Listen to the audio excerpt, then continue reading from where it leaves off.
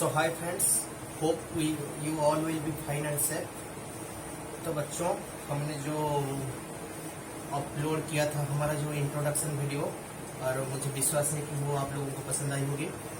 और जो वीडियो में हमने बताया था कि जो अगला वीडियो जो होगा वो लेक्चर्स के बेस होगा, क्योंकि आपका जो हमारा जो मोटो था कि आप लोगों के पास एजुकेशन फ्री एजुकेशन को पहुंचाना और जो जेई नीट के बच्चों को मदद करना, ये हमारा ही मोटो था। तो इसीलिए ये हमारा अगला वीडियो एजुकेशन वीडियो जो लेक्चर वीडियो आज होने जा रहा है। तो बेटा, मैंने बताया था कि एग्जाम के लिए नॉलेज और स्ट्रैटेजी दोनों की जरूरत होती है। तो आप सबको तो मतलब समझ में आ गई होगी, क्योंकि वीडियो में हमने पूरा डिटेल्स पर एक्सप्लेन किया था कि कैसे कौन सी चीज कैसे जरूरत होता है।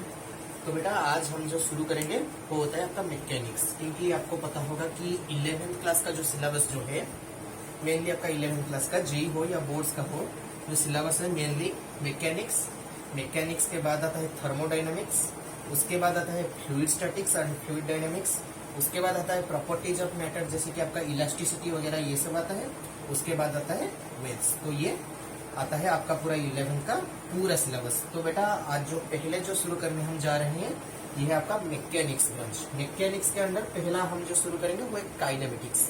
तो पहले आइए बेटा समझते हैं, क्योंकि कोई भी मतलब सब्जेक्ट जब मतलब चैप्टर पढ़ने जा रहे हैं उसके पहले उसको थोड़ा सा समझते हैं, क्योंकि एग्जाम में डेफिनेशन वगैरह कोई नहीं पूछेगा आपको जेई और नीट में, लेकिन फिर भी आपको अगर कोई रिश्तेदार वगैरह या फिर दोस्त वगैरह का स्कूल में कोई टीचर वगैरह पूछ देंगे कि बेटा तुम तो पढ़ रहे हो 11th में, तो पहले बताओ मैकेनिक्स का है, तो मैकेनिक्स का डेफिनेशन आपको तो पता नहीं होगा ना बेटा।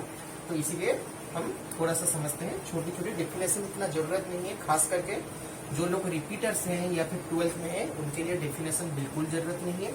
और जो फ्रेशर 11th है, मतलब इस साल 10th से 11th आए हैं, उनके लिए डेफिनेशन जरूरी है। तो डेफिनेशन जो है हम थोड़ा सा समझाएंगे, क्योंकि इतना टाइम भी वेस्ट नहीं करेंगे, क्योंकि time management is the most important part of the strategy. क्योंकि बेटा आपका टाइम मैनेजमेंट बहुत बड़ी चीज होती है, जो टाइम अच्छे से मैनेजमेंट कर पाता है वो ही उसका रिजल्ट बहुत अच्छा होता है, इसमें कोई दिक्कत नहीं। तो बेटा आइए पहले समझते हैं कि मैकेनिक्स क्या है। तो पहले शुरू करने जा रहे हैं मैकेनिक्स।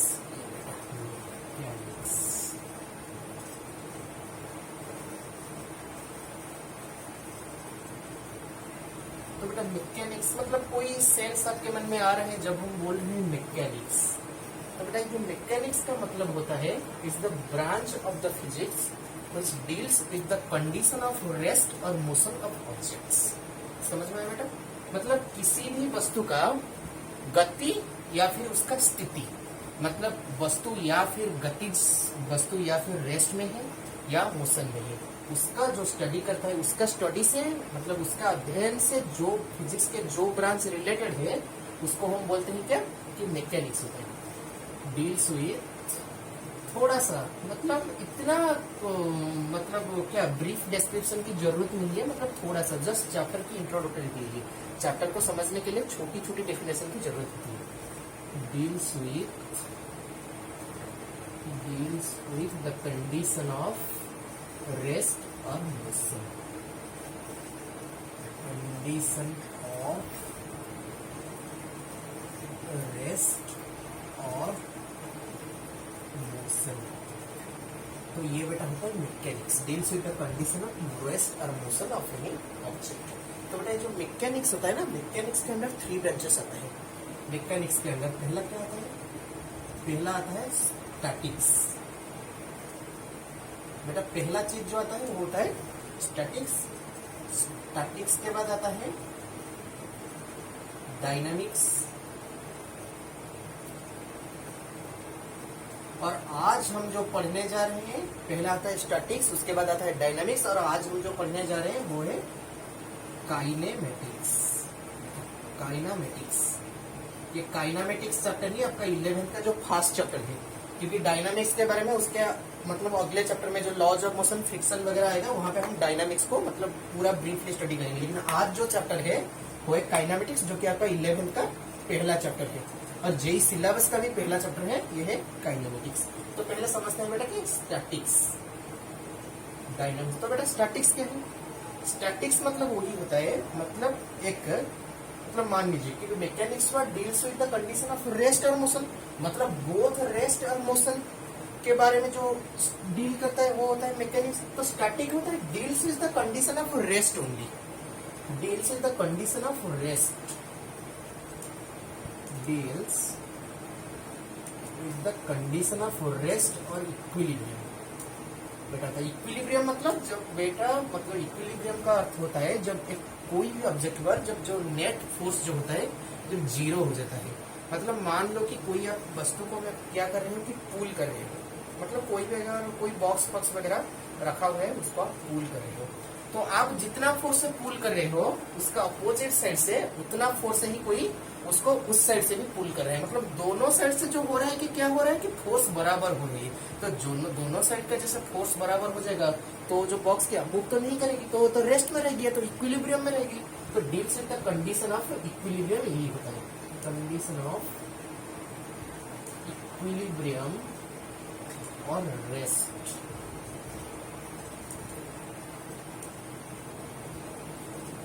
मतलब the study of the object which is in rest.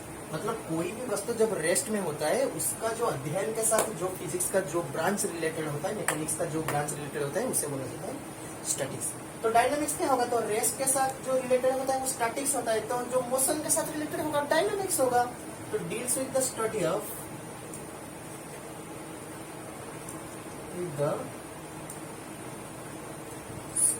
Of object which is in motion, object which is in motion। तो जो स्टैटिक्स होता है क्या होता है कि deals with the condition of equilibrium और रेस्ट, और जो डायनामिक्स होता है deals with the study of the object which is in motion. तो बेटा आपको एक मन में एक सवाल आया होगा कि भैया ने तो बता दिया कि रेस्ट और मोशन, ये तो बता दिया कि स्टैटिक्स रेस्ट के साथ डील करता है, तो फिर डायनामिक्स जो होता है वो मोशन के साथ डील करता है। तो बेटा रेस्ट और मोशन क्या होता है, तो मतलब कैसे हम पता करें कि कौन सा जो ऑब्जेक्ट है वो रेस्ट में है, कौन सा ऑब्जेक्ट हो मोशन में है। तो बेटा आइए समझते हैं रेस्ट और मोशन के बारे में, मतलब अच्छे से जान लेते हैं। ये देखो मतलब जो एग्जाम्पल्स है छोटे छोटे एग्जाम्पल से मैं समझाऊंगा, क्योंकि आप जो फ्रेशर्स 11 जो हो, आप लोग अभी बच्चे हो, तो ये सिलेबस तो थोड़ी आपको मतलब पहली शुरुआत में तो दिक्कत होती है, लेकिन बेटा आप अच्छे से कंसेप्ट को समझ जाओगे और अच्छे से प्रॉब्लम्स वगैरह करोगे, प्रैक्टिस अच्छा रहेगा तो बेटा मतलब पूरा जबरदस्त होगा। अब बिल्कुल चिंता मत करो, 2023 मतलब 2023 में जो लोग जेईई मेंस और एडवांस दे रहे हो उनके लिए हम बढ़िया कंटेंट प्रोवाइड करेंगे, तो बेटा आप इसका रिस्क मत लीजिए। तो आप अच्छे से मगर पढ़िए, आप पूरा टेंशन फ्री होकर पढ़िए, जो बस हम पढ़ा रहे हैं उसको अच्छी तरह से समझिए, ज्यादातर ज्यादा क्वेश्चन सॉल्व कीजिए, प्रीवियस क्वेश्चन कीजिए, तो ये अच्छी तरह। तो मन में सवाल आया होगा ना, तो रेस्ट और मोशन क्या होता है, तो हम बता रहे थे कि रेस्ट, मान लीजिए कि दो ऑब्जेक्ट हमने क्या लिया था, एक को नाम दिया था ए और दूसरा को नाम दिया था क्या बी। तो आपको मतलब ऑब्जर्व करना है, क्योंकि आपको तो स्टडी करना है ना कौन मोशन में और कौन रेस्ट में है। तो आपने क्या किया कि टाइमर लगा के बैठ गए t इक्वल टू 0 में, और t इक्वल टू 0 में आपने क्या नोट किया, t इक्वल टू 0 में आपने नोट किया कि जो ऑब्जेक्ट जो था a तो इस पोजीशन पर था। मान लीजिए कि एक पोजीशन कोई भी कोऑर्डिनेट हो प्लेन के ऊपर, ये इस पोजीशन पर था, और जो b जो है ये यहाँ पर था। तो आपने क्या किया कि t इक्वल टू t1 मतलब टाइम थोड़ी इंक्रीज हुई, तो t इक्वल टू t1 में आपने क्या नोट किया, t इक्वल टू t1 में आपने नोट किया कि जो a जो ऑब्जेक्ट है ये अपना पोजीशन बिल्कुल चेंज ही नहीं किया, मतलब a जहां पर खड़ा था वहां पर भी t1 में भी खड़ा है।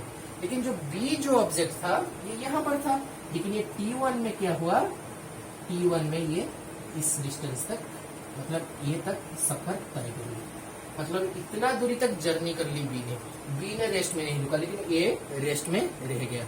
तो ये जो होता है मतलब आपको तो आइडिया आ गया होगा कि रेस्ट और मोशन क्या होता है। रेस्ट क्या होता है कि अगर एक बॉडी का पोजीशन, कोई भी ऑब्जेक्ट का पोजीशन अगर इंक्रीजिंग विथ टाइम से चेंज नहीं होता है, मतलब the position of the body doesn't change with increasing time, so the body is said to be rest. And if the position of the body changes with increasing time, then the body is said to be in motion।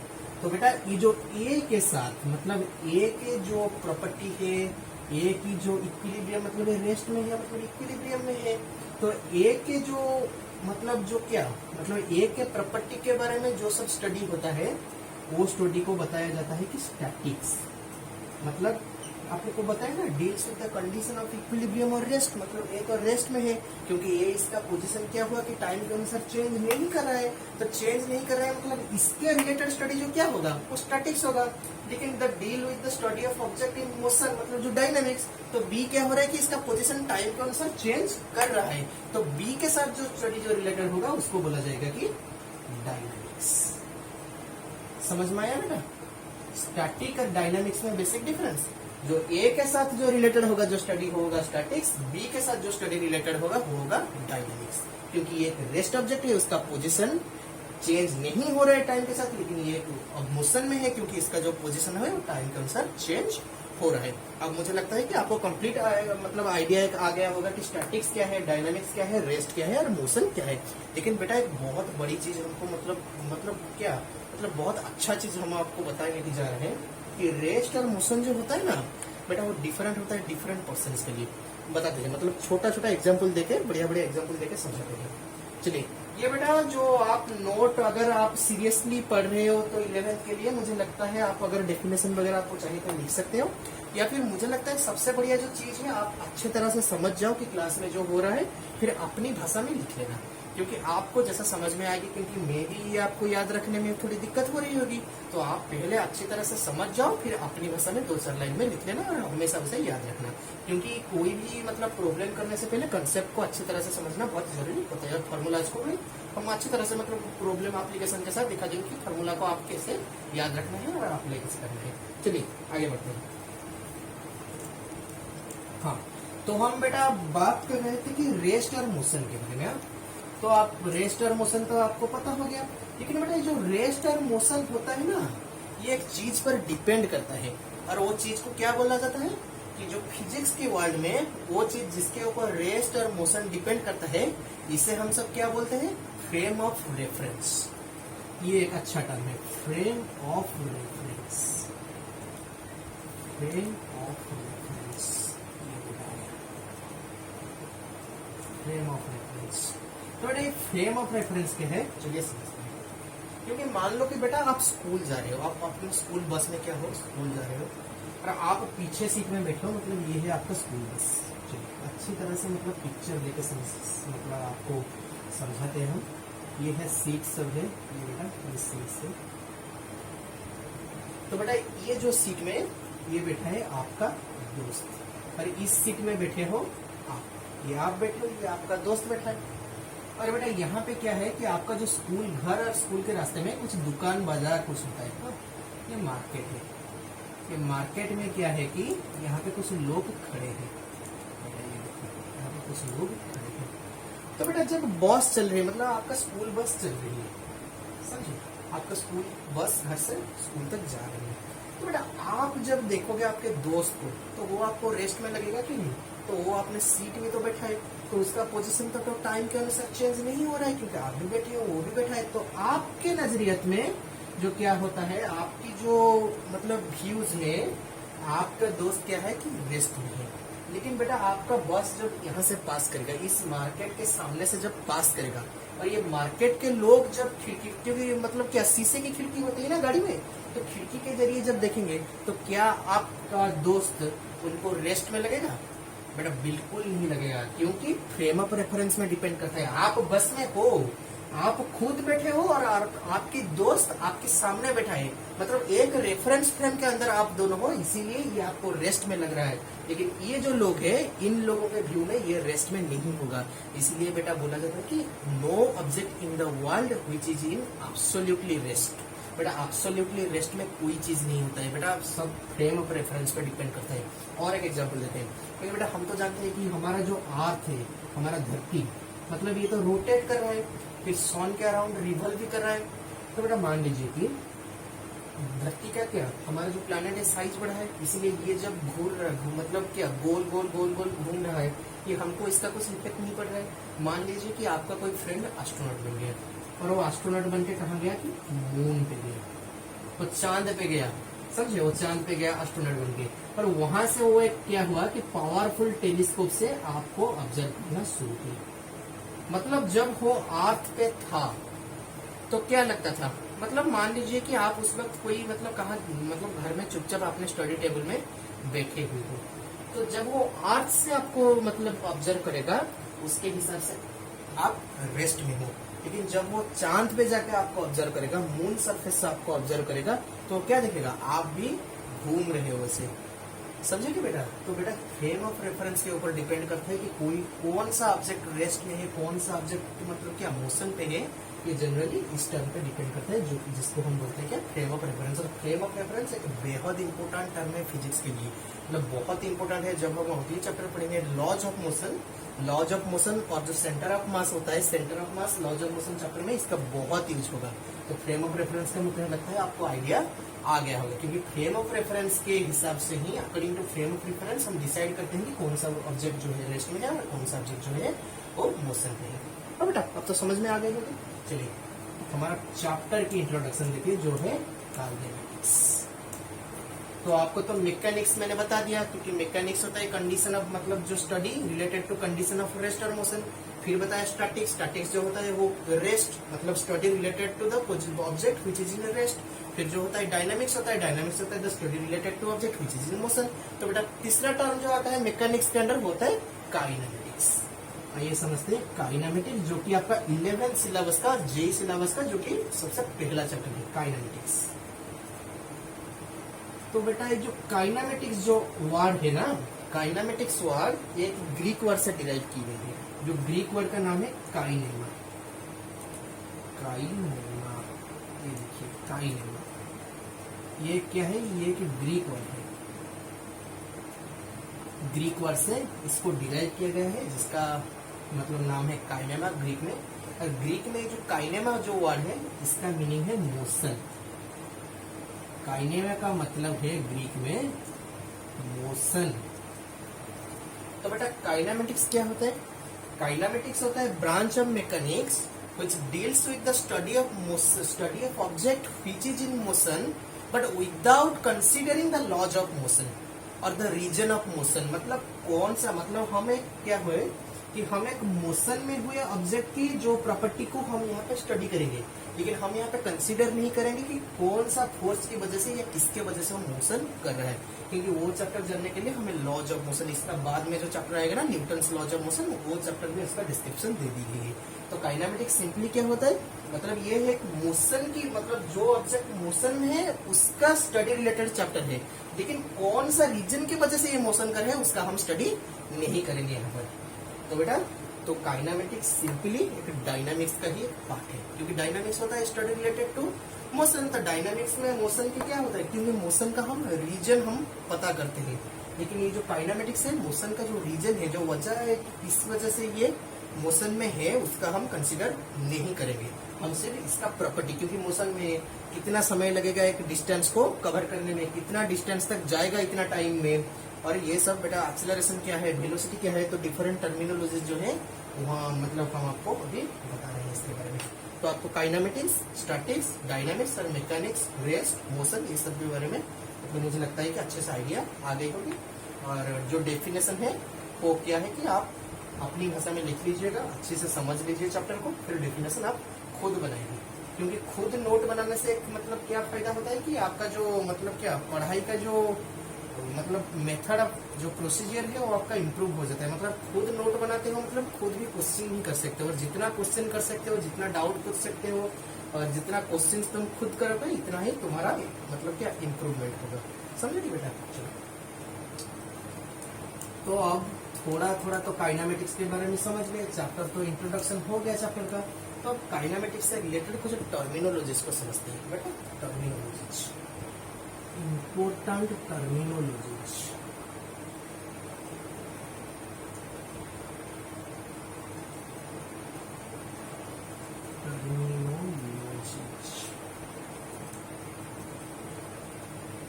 बेटा chapter को तो chapter के अंदर तो अब हम घुस गए, मतलब चैप्टर का इंट्रोडक्टरी खत्म हो गया, तो टर्म्स को पता चलेगा। मतलब मान लीजिए कि आप कोई एक नया शहर के अंदर घुस गए और उस शहर में कौन सा लेन है, कौन सा स्ट्रीट है, कौन सा बाजार है, वो आपको पता नहीं होगा तो आपको दिक्कत होगी ना। तो टर्मिनोलॉजीज वही होता है। टर्मिनोलॉजी मतलब ये चैप्टर में कौन कौन सी मतलब क्या आपकी चैप्टर के कंटेंट्स क्या क्या है, तो टर्मिनोलॉजी सही हम आपको अभी बता रहे हैं, आप अच्छे से समझ जाइए। और बहुत इंपॉर्टेंट होती है जो टर्मिनोलॉजी, जो फॉर्मूला जो होती है ना, वो बहुत इंपॉर्टेंट होती है। वो आपको मतलब क्या याद रखना चाहिए, क्योंकि जितना आप टर्मिनोलॉजी से फॉर्मूलाज को याद रख पाओगे उतना आप प्रॉब्लम भी उतना अच्छे से कर पाओगे, क्योंकि जेई नीट ओनली प्रॉब्लम पे ही डील करते हैं बेटा, कोई आपको डेफिनेशन नहीं पूछेगा। चलिए, तो बेटा टर्मिनोलॉजीज को समझने से पहले आपको तो आइडिया एक होगा वेक्टर और स्केलर के बारे में। अगर आपको आइडिया भी नहीं है तो भी हम आपको अभी बता रहे हैं कि वेक्टर क्या होता है, फिर स्केलर क्या होता है। तो पहला चीज होता है वेक्टर और दूसरा चीज होता है scalar. Sorry, this is spelling mistake हुई।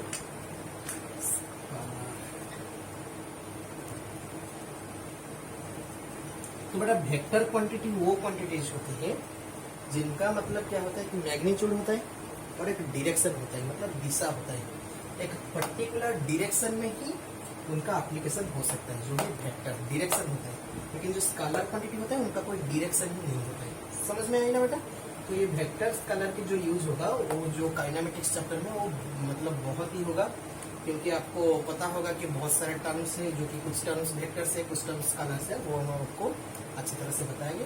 तो आपको पता मतलब ये सिंपल में समझ लीजिए, वेक्टर जो होगा quantity having magnitude and direction, having magnitude and direction. और बेटा जो स्केलर होता है वो क्या होता है? स्केलर होता है quantities having only magnitude, quantities having only magnitude। ये होता है वो होता है स्केलर क्वांटिटी। समझ में आ गई ना बेटा? चलो, तो इम्पोर्टेंट टर्मिनोलॉजीज में जो पहला टर्मिनोलॉजी आपका आएगा काइनेमेटिक्स का, वो होता है, पहले समझते हैं डिस्प्लेसमेंट होता है। समझ में आएगा बेटा? डिस्प्लेसमेंट, ये पी है, पी। चलिए अच्छे से फिर से लिख लेते हैं, थोड़ा सा गड़बड़ होगी। Displacement,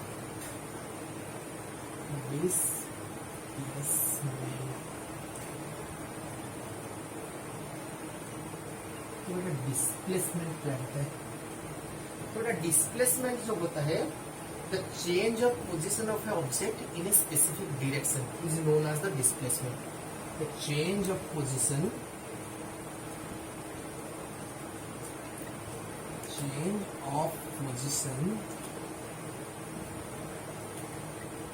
of a object in a particular direction,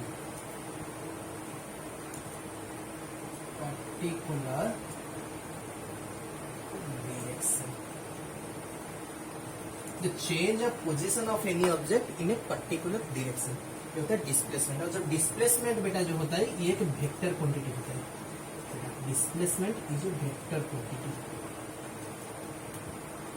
मतलब इसका पर्टिकुलर डायरेक्शन दिया ना, मतलब दिशा है, मतलब एक सही दिशा में जाता है। ये उसका एक पर्टिकुलर डायरेक्शन है, तो इसीलिए इसको एक वेक्टर क्वांटिटी कंसीडर किया जाता है। Displacement is a vector quantity.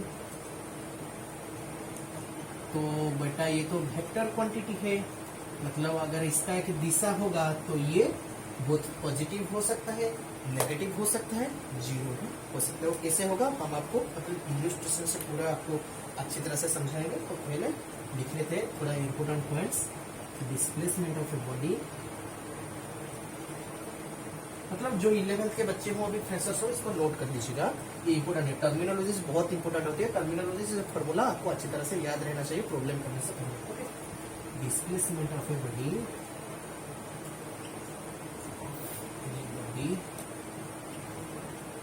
Can be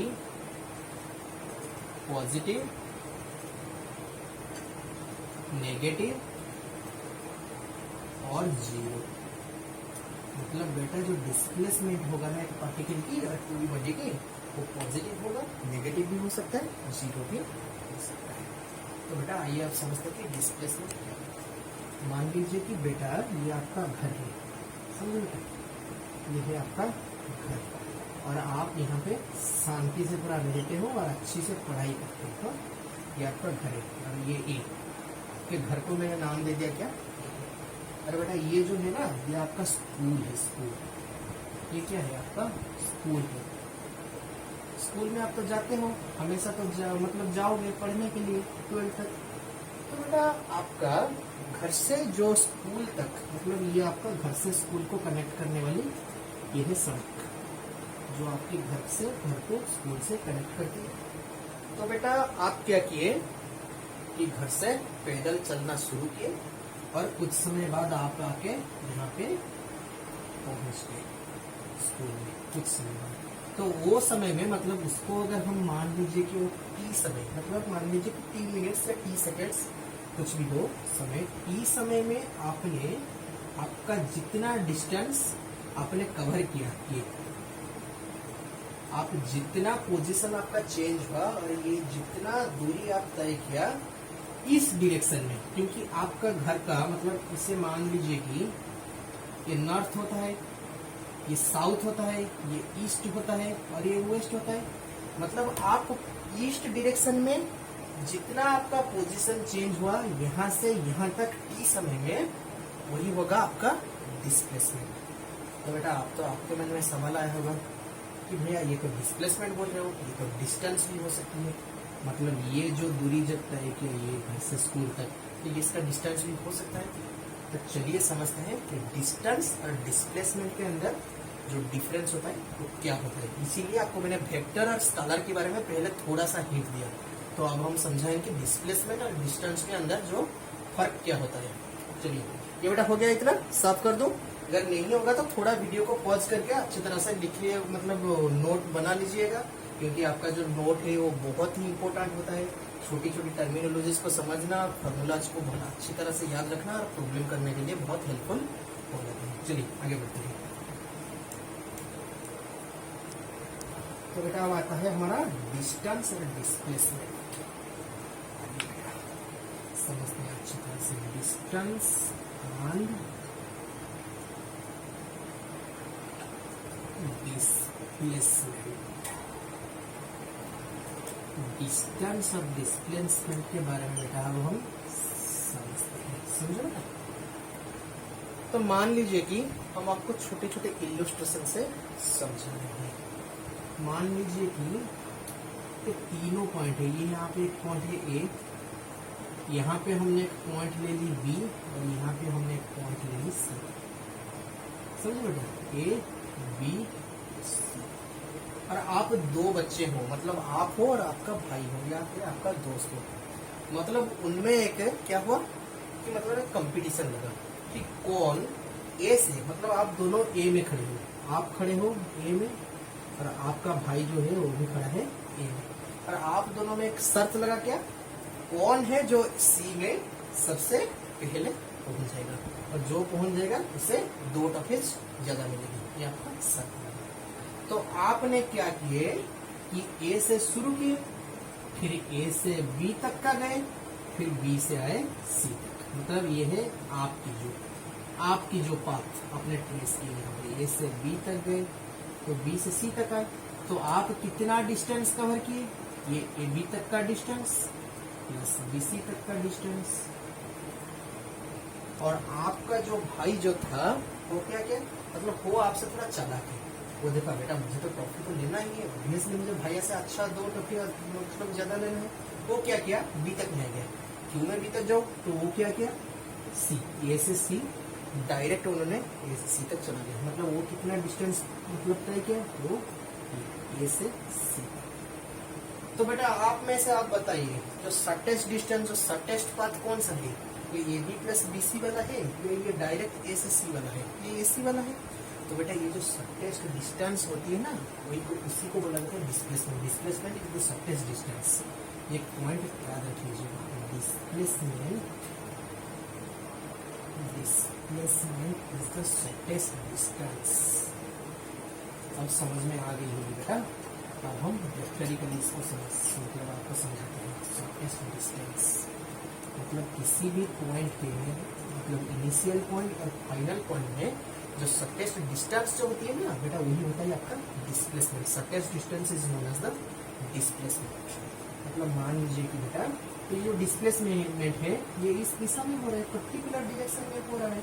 तो AC मतलब अगर इसको मान लीजिए कि एक्सिस ड्रा कर लीजिए, और आप लोगों को पता होगा ये होता है y एक्सिस और द वर्टिकल एक्सिस, फिर ये होता है x एक्सिस और द हॉरिजॉन्टल एक्सिस। तो अगर AC को देखा जाए मतलब AC क्या पैरेलल टू हॉरिजॉन्टल एक्सिस हो रही है ना, तो आपको पता है जो हॉरिजॉन्टल एक्सिस को जो पैरेलल होती है या फिर हॉरिजॉन्टल एक्सिस के ऊपर जो होते हैं उसको i कैप डायरेक्शन में रिप्रेजेंट किया जाता है। i कैप एक यूनिट वेक्टर होता है।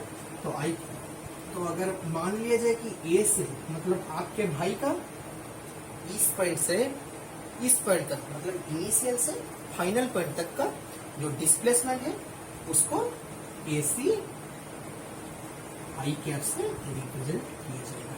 ये हुआ आपका भाई का डिस्प्लेसमेंट AC i कैप। अब बेटा पूरा समझ में आ गया डिस्टेंस और डिस्प्लेसमेंट के बारे में। चलिए आगे बढ़ते हैं।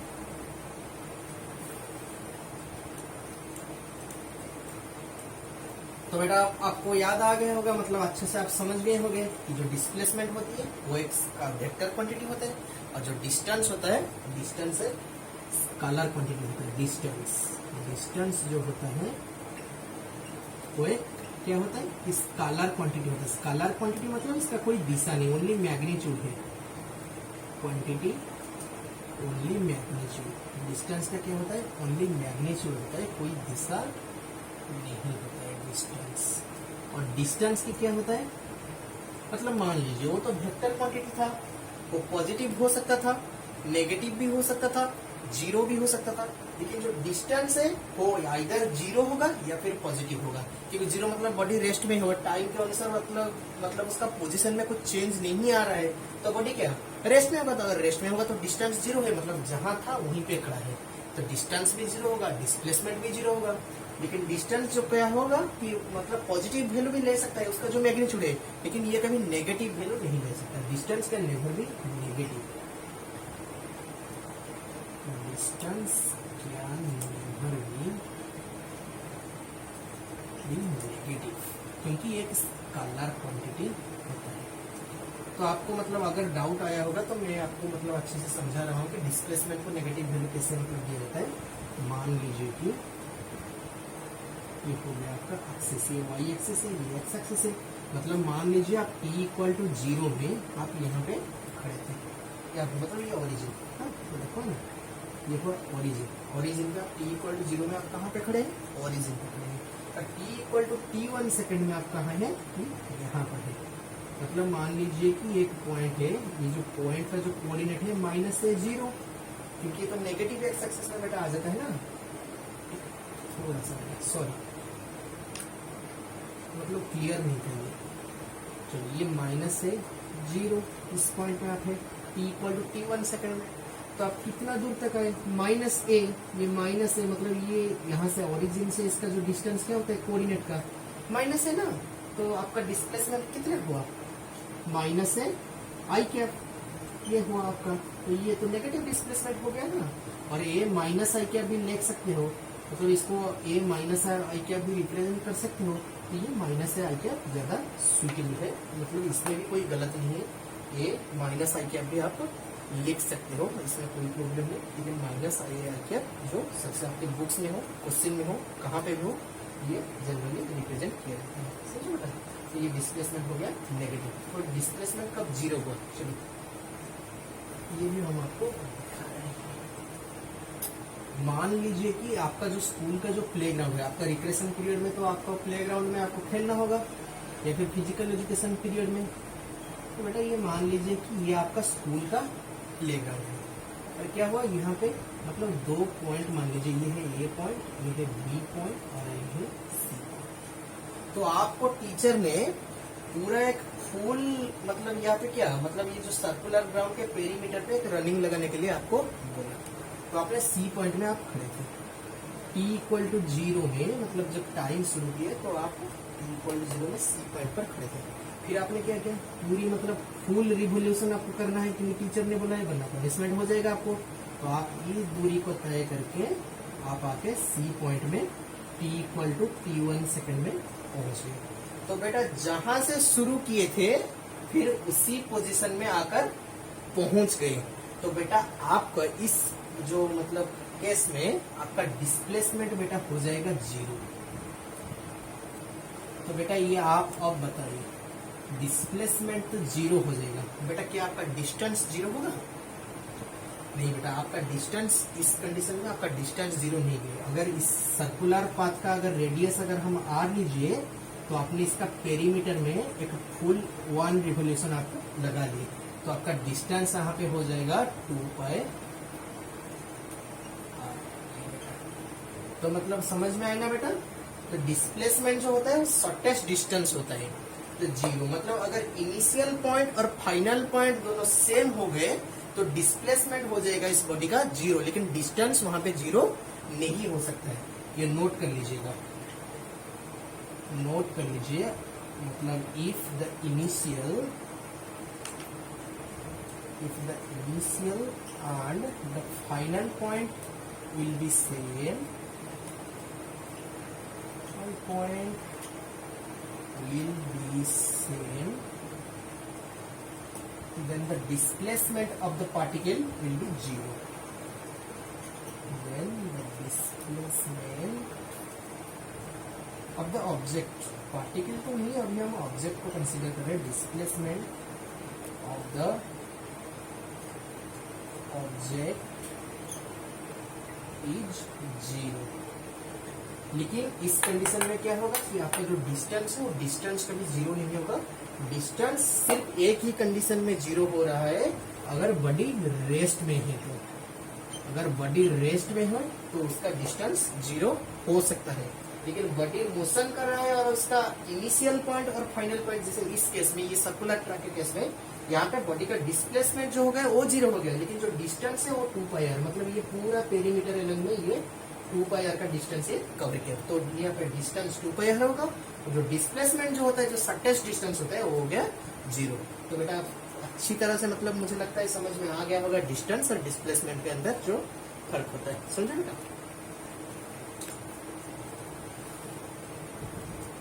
तो बेटा अब चलो सेकेंड टर्मिनोलॉजी पे जाते हैं।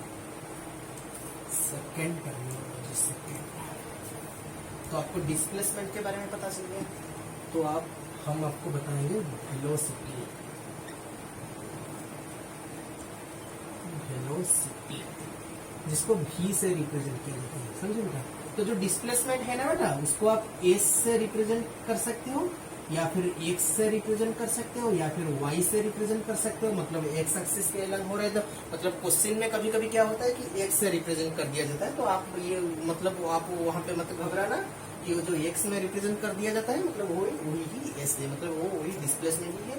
अगर y एक्सिस के अलग बॉडी का मोशन हो रहा है तो कभी कभी क्वेश्चन पेपर में भी y से रिप्रेजेंट कर दिया जाता है, लेकिन वो डिस्प्लेसमेंट भी होता है। डिस्प्लेसमेंट को x y किसी भी एक्सिस के अनुसार उसको मतलब आपको रिप्रेजेंट किया जाता है, कोई प्रॉब्लम नहीं।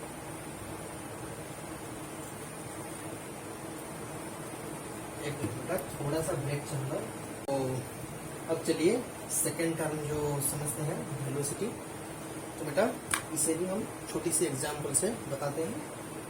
वही आपका जो पहला एग्जाम्पल जो दिया था, मतलब मान लीजिए कि ये घर है और फिर यहाँ पे स्कूल है, स्कूल है, और मान लीजिए घर से और स्कूल में जो डिस्प्लेसमेंट आपका हो रहा है वो है एस, जिसे मैंने एस से रिप्रेजेंट किया।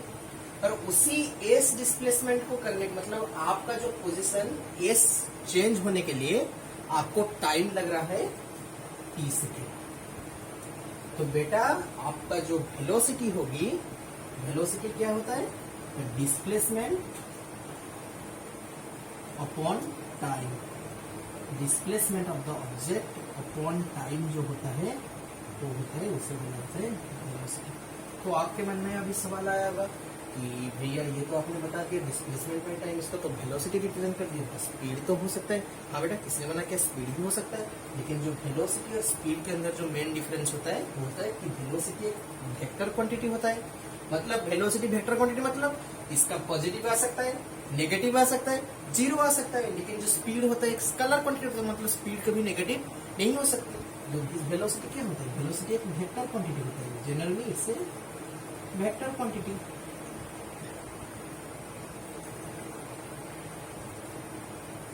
और जो स्पीड जो होता है, मतलब वेलोसिटी का अगर किसी ने आपको डेफिनेशन पूछे, the change in position of the object with respect to time in a particular direction, मतलब डिस्प्लेसमेंट बाय टाइम जो होता है, the change in position, the change in position of a object with respect to time, with respect to time in a particular direction, मतलब बेटा vector quantity होता है ना, तो इसलिए इसका एक पर्टिकुलर डायरेक्शन भी होना बहुत जरूरी है। इन पर्टिकुलर डायरेक्शन जो होता है वो होता है आपका वेलोसिटी। तो बेटा जो स्पीड क्या होता है, स्पीड होता है the change of position of object with respect to time, लेकिन स्पीड में जो स्केलर क्वांटिटी होता है इसीलिए उसका डायरेक्शन कंसीडर नहीं किया जाता है। तो जो स्पीड क्या होता है, स्पीड होता है स्केलर क्वांटिटी। तो बेटा जो स्पीड है एक स्केलर क्वांटिटी। और बेटा द मैग्नीट्यूड ऑफ वेलोसिटी भी, मतलब वेलोसिटी का जो मैग्नीट्यूड होता है ना, the magnitude of velocity is also known as speed. बेटा ये होता है स्पीड। स्पीड जो होता है क्या होता है कि स्केलर क्वांटिटी होता है।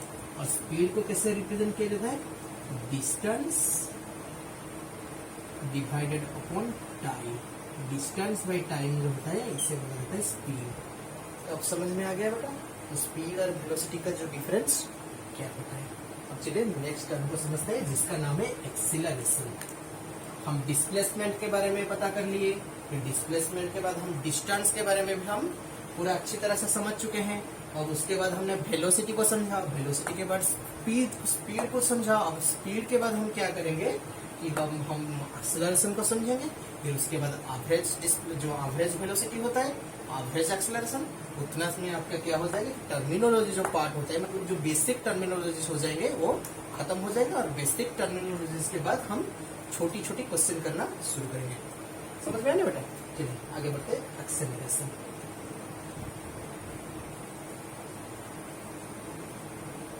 एक्सेलरेशन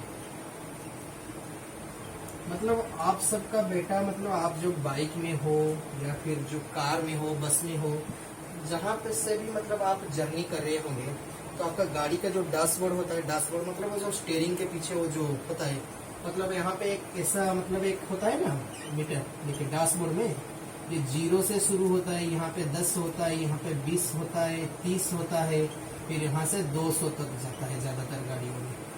बेटा ये एक होता है, तो इसे आप क्या बोलते हैं, स्पीडोमीटर बोलते हैं ना गाड़ी का। ये हो गया बेटा गाड़ी का स्पीडोमीटर।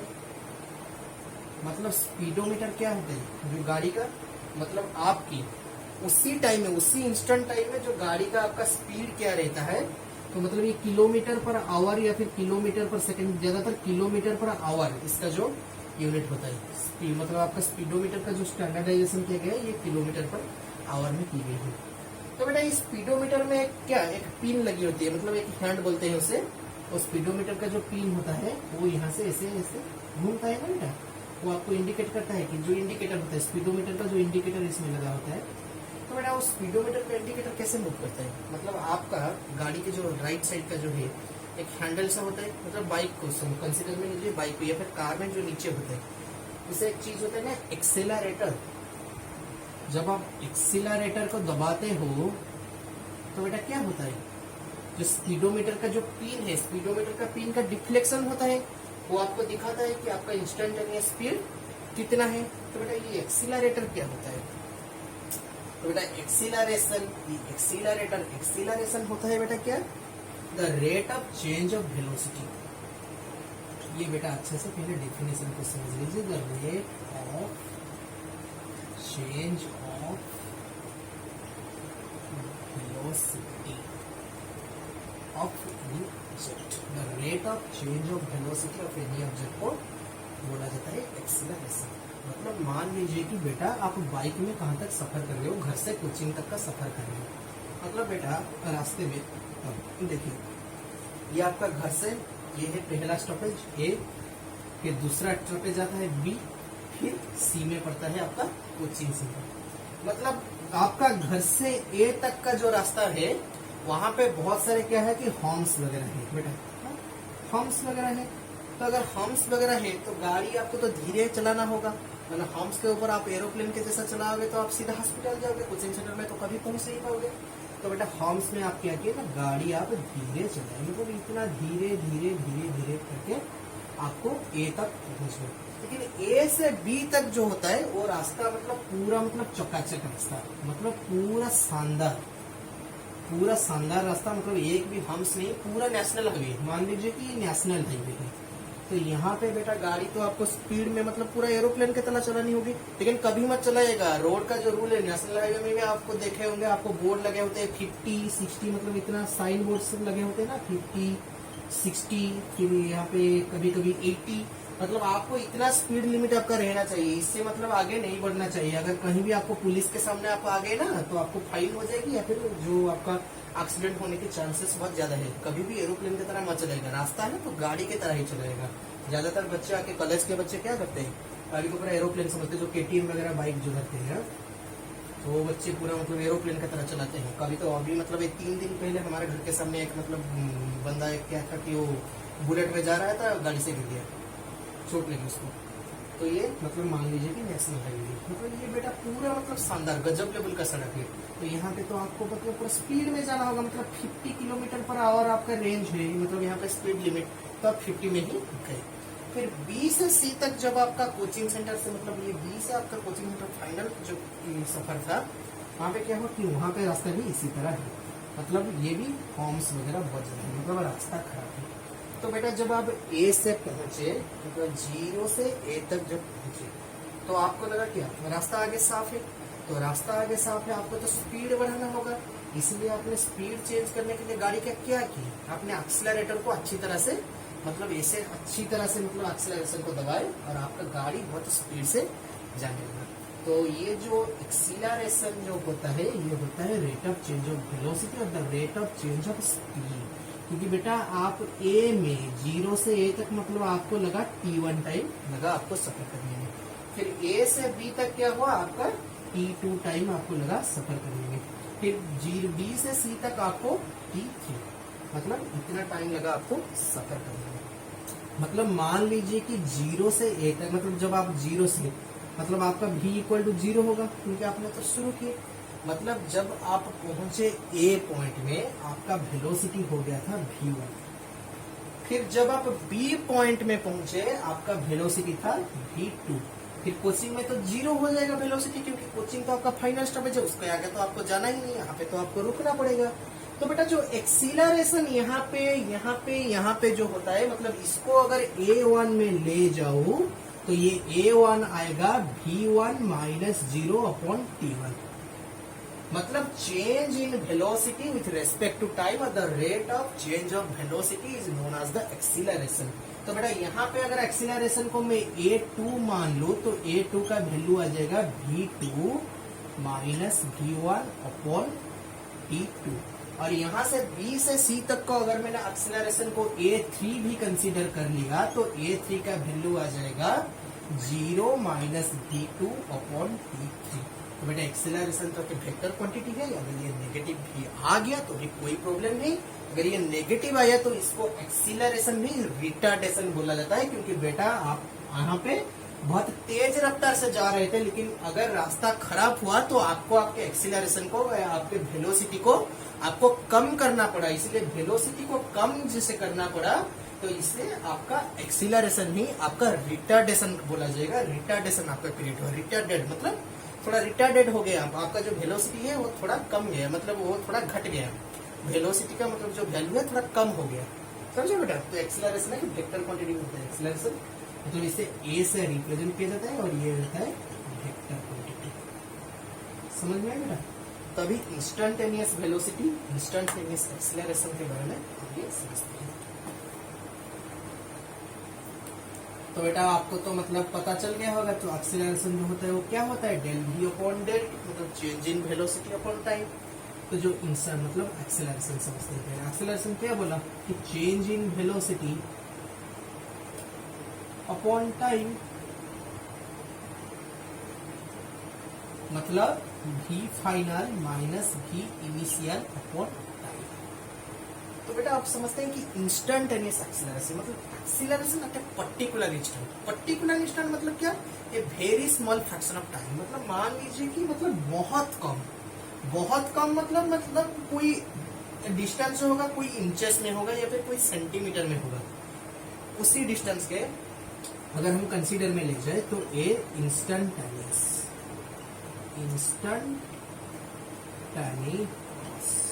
और ए इन और सिंपली ए जो रिप्रेजेंट किया जाता है।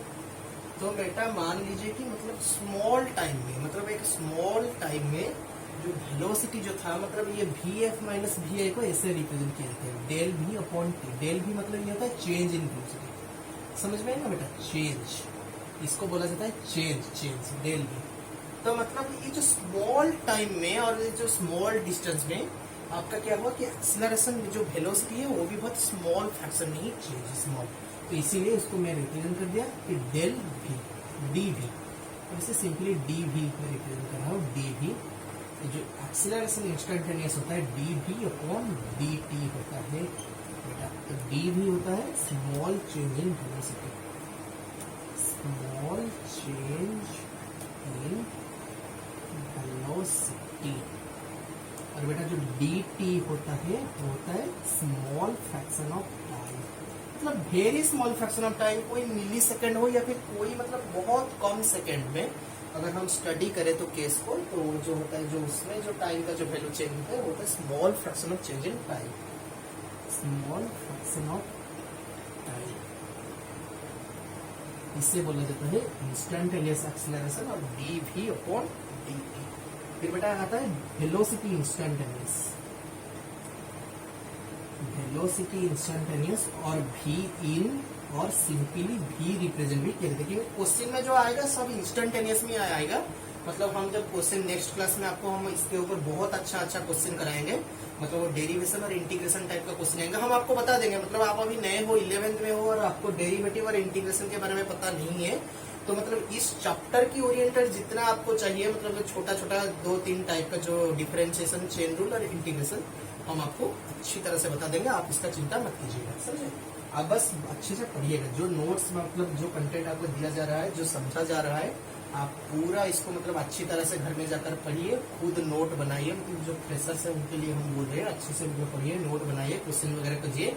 अगर ये चैप्टर मतलब खत्म होने के बाद अगर आप हमारे जो मेंबर्स है, व्यूअर्स है, अगर मतलब क्या उनके संख्या में अगर बढ़ोतरी आई तो हम क्या करेंगे, जो गूगल फॉर्म हो या फिर टेलीग्राम चैनल हो खुद का, आपके डाउट सॉल्विंग के लिए वो आपके सेवा में हम समर्पण कर देंगे, समझे बेटा। आप इसके लिए बिल्कुल चिंता मत कीजिएगा, आपका काम है सिर्फ अच्छे से पढ़ना, रिजल्ट अच्छे से करना। जो भी डाउट है आपको चिंता मत कीजिएगा, डाउट के लिए एक्स्ट्रा क्लास भी हम लेंगे। अगर आपने मतलब आपको एक बड़ी चीज यूट्यूब में दी गई है, वो होता है कमेंट बॉक्स, और जो कमेंट सेक्शन होता है ना, इसका सबसे मतलब हमेशा इसका अच्छा मतलब इस्तेमाल कीजिएगा, सही इस्तेमाल कीजिएगा।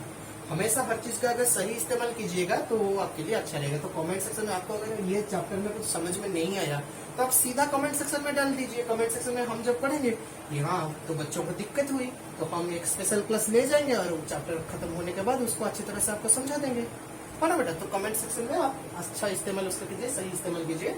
जो भी इंस्टेंटेनियस जो होता है, मतलब जो वेलोसिटी इंस्टेंटेनियस होता है, तो वेलोसिटी जो क्या होता है, change in displacement upon change in time. तो मतलब वेरी स्मॉल इन, मतलब जो इंस्टेंटेनियस होता है स्मॉल इंस्टेंट में, मतलब fraction of time, millisecond में मतलब कंसीडर कीजिए तो वेरी स्मॉल चेंज होता है, जिसको हम dx अपॉन dt में रिटर्न करें। dx क्या है, very small change in displacement, small change in position, ये होता है स्मॉल चेंज इन पोजिशन। और जो dt होता है small fraction of time, small fraction of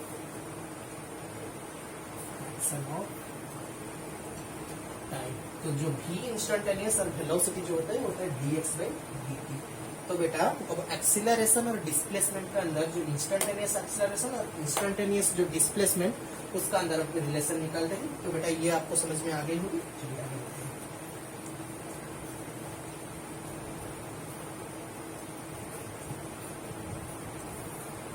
तो बेटा पहले हम आपको क्या बताएं एक में, तो जो a इंस्टेंटेनियस होता है वो होता है dx upon dt, sorry dv upon dt, sorry माफ करना थोड़ी गलती हो गई।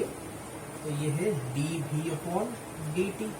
फिर सेकंड में आपको बताया कि जो इंस्टेंटेनियस वेलोसिटी होता है वो होता है dx अपॉन dt।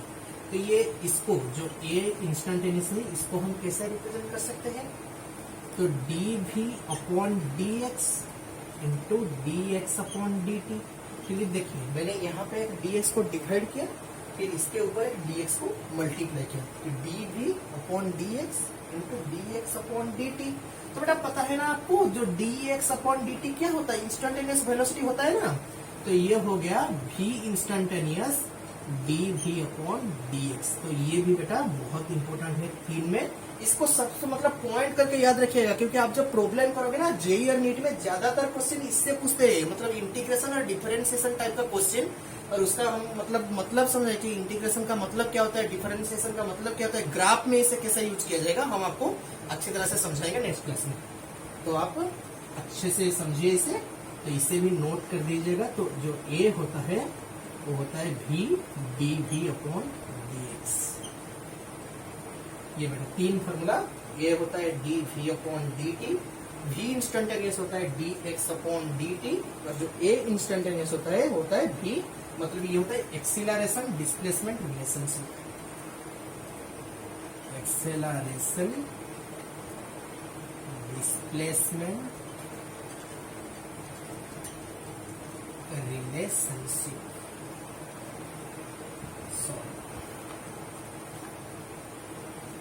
रिलेशनशिप मतलब इसके ऊपर भी क्वेश्चंस बहुत आते हैं।